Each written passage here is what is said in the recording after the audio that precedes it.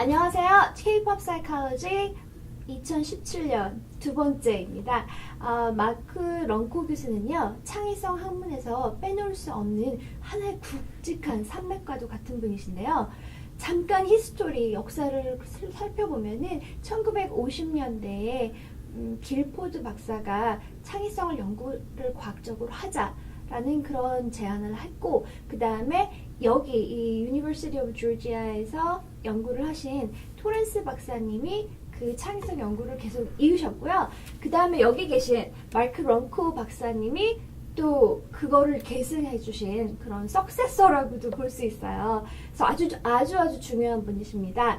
그래서 오늘 너무너무 반갑고요. 또한 이분은 창의 연구 저널의 편집자이시기도 하세요. 그리고 이분은 그 블로그 글에서 사람들이 주로 이 세 가지를 묻는다고 그래요. 첫 번째, 창의성이 무엇이냐? 그리고 창의성을 어떻게 잴 것이냐? 그리고 창의성을 그래서 어떻게 개발할 거냐? 그거를 이분이 오늘 대답을 해주실 것 같아요. 그래서 저는 굉장히 희망을 품고 이곳 대학에 방문을 했습니다. 자, 그럼 한번 질문을 해볼까요? 안녕하세요. 교수님, 지금은 창의성이 한국이나 세계 여러 곳에서 굉장히 인기가 많은 토픽이거든요. 그런데 교수님이 창의성 연구를 시작하셨다면 해도 창의가 그렇게 인기가 있는 토픽은 아니었는데요. 어떻게 해서 창의라는 그 주제에 깊숙이 빠져들게 되셨는지 궁금해요. And that is a tough question, a tough place to start because I'm not sure. And I remember very clearly, I even had, looking back, what people studying creativity might have called a crystallizing experience. I was in college, I was a sophomore, and I knew what I wanted to study, psychology. I wasn't sure what kind of career I wanted. I was an athlete, and that was really taking an awful lot of my time, as well as other things that distract college sophomore men. But I took a class and read a book called Creativity, and it was unlike any of my other classes, unlike any other book I'd ever read, and it fascinated me. And I've literally been studying it ever since. That was 1976. I became committed to psychology because that seemed like it would get at the topics and issues I really wanted to understand. Human behavior and especially thinking. Cognition really fascinates me, especially creative cognition. So I took that class, I finished it, I took a follow-up independent study, I continued to work with that professor. That doesn't really explain why it connected, but I have thought over the years, I do have artists in my family. My mother is a professional artist. My brother's a professional artist, just retired from Disney after 40-some years. My other brother is extremely talented as well, although it's not his career. My father is very creative, an engineer by training, but does all kinds of things that, not painting and more traditional areas, but is a hugely, enormously creative man in his life, in his garden, and in his woodwork, and so on. And so there's plenty of creativity in my family, and that may have been something to it. Frankly, what really excited me early on was scientific creativity.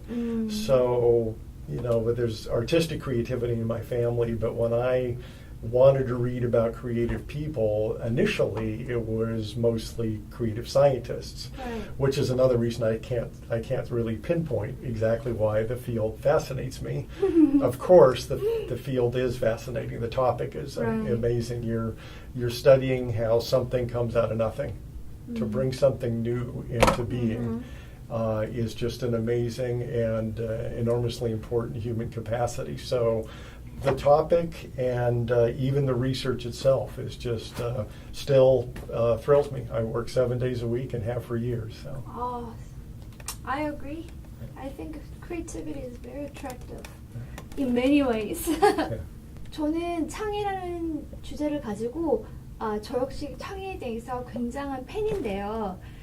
박사님께서는 창의를 꾸준히 몇십 년 동안 연구해 오신 분으로서 굉장히 사람들이 창의에 대해서 잘못 알고 있거나 오해를 갖고 있을 때 굉장히 좀 화가 나실 수도 있을 것 같아요. 그래서 왜냐면 저도 그런 걸 느끼거든요. 그래서 혹시 이 자리를 통해서 제발 창의를 생각할 때 이렇게는 생각하지 말아라 라고 딱 집어서 한번 말씀해 주세요. 막 교수님을 막 화나게 하는 거. Misconception 같은 거. I certainly can speak to that. You're right about the myths and the misconceptions and the frustration. I don't really think there's anger. Oh, I see. But that's because I'm trained as a cognitive psychologist, and there is a long history of fruitful errors. We can learn an enormous amount about human behavior by looking at mistakes. And this is actually one thing that Freud did so long ago, looking at even things like Freudian slips, but even more so in the direction of psychoses. Cognitive psychologists look at heuristics, and which sometimes work and sometimes don't. But again, the point is that mistakes can be very informative, and of course we're all human. I do have some frustrations, so it's I guess just a matter of degree where they're frustrating or aggravating and anger-inducing. Some of them that do get to me, rub me the wrong way, include the art bias. And we've known for many years, decades, that creativity is expressed in a large variety of domains and in many, many different ways, and they aren't all the same by any means. There are very well established and recognized and studied domains, and math and music and the interpersonal and spatial and so on. And the personality traits and to a certain degree even underlying processes differ from domain to domain. And yet many people still automatically think art when they think creativity. This is the art bias. And it has been recognized that is the bias for decades, but data even in the last year confirm that people still have a tendency to equate art with creativity. And this is true of teachers, for example, educators. And, and that's where it's really a problem, because you can imagine being in a classroom, and if a teacher equates creativity with the arts and then has experience with a child that isn't very artistic, the conclusion is this isn't a creative child. And the child may be enormously creative, but in a different way. So it really can get in the way of appropriate education. And frankly, if I want to think about things that frustrate me even more, I would probably think of, again, with educators. When they're interviewed, they very frequently include creativity as a priority, something they would like to support in the classroom, but unfortunately they don't do it. And there's a disconnect, a discrepancy between the lip service given to creativity and the effort. Admittedly, this is not primarily the educator's fault. The educational situation, especially in Western culture, is one teacher, a whole bunch of students, a ratio that really gets in the way of the intrinsic motivation, the autonomy, and many of the things that the self-expression, daydreaming, many of the things that are good for creativity are difficult when you have that ratio. And that's not the teacher's fault. But it is unfortunate that you can talk to teachers and they'll say creativity is important, but then you talk to them later and no, intrinsic motivation doesn't fit into the classroom.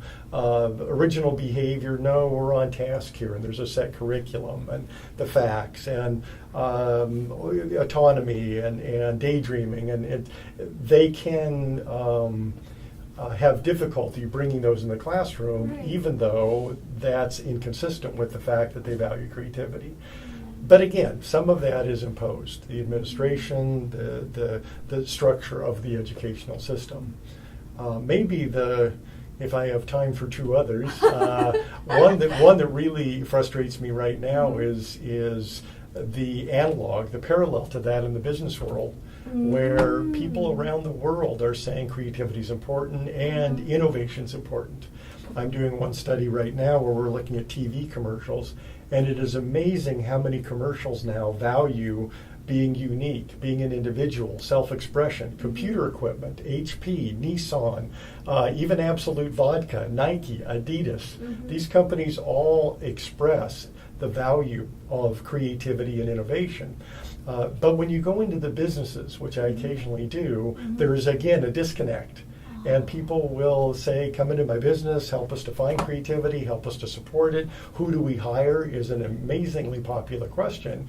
And when you tell them, they balk, they hesitate. And they'll say things like, we need this for creativity. Well, we can't do that. Or no, that's too risky. And so there's creativity is an important thing, but the willingness to take the risk and to invest in what it takes to be creative, there's often, again, a disconnect, inconsistency there. And sometimes it's almost lip service. It's like, oh, we value creativity, but we can't have unconventional people. We can't hire that kind of person. We can't allocate those time and that resources. And that's, very unfortunate and counterproductive. And the last thing I'll mention is actually a research thing. And my own work right now is really focused on personal creativity, an individual's creativity, and frankly, quality of life. For years, I've been looking at creative productivity, and creativity is important for health and problem solving and learning.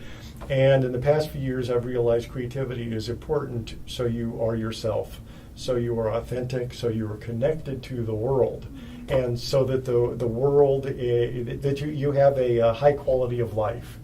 And it's a very personal thing. Right. Unfortunately, the academic field studying creativity rarely acknowledges that. Right. And I make creativity tests. Creativity tests are very valuable tools, but they don't tell us everything we need to know. And the problem I have is, especially with the neurosciences, where they want to put people in an fMRI machine and look at creativity as it occurs, but they're looking at people doing one small exercise that's given to them, so it's not intrinsically motivated. They're wired up in an fMRI machine. It's an incredibly artificial situation, and it's not at all indicative of what creativity really is. And yet we've got an enormous number of papers being published, theories being developed about this creativity. People like me refer to this as a difference between, or discrepancy between, internal validity, doing sound controlled research, and external validity, finding things that apply to the real world. So my frustration is we're generating tons of research, and much of it has high internal validity, lots of good scientific control, but very little meaning in the real world. So is it your personal confession? Yes.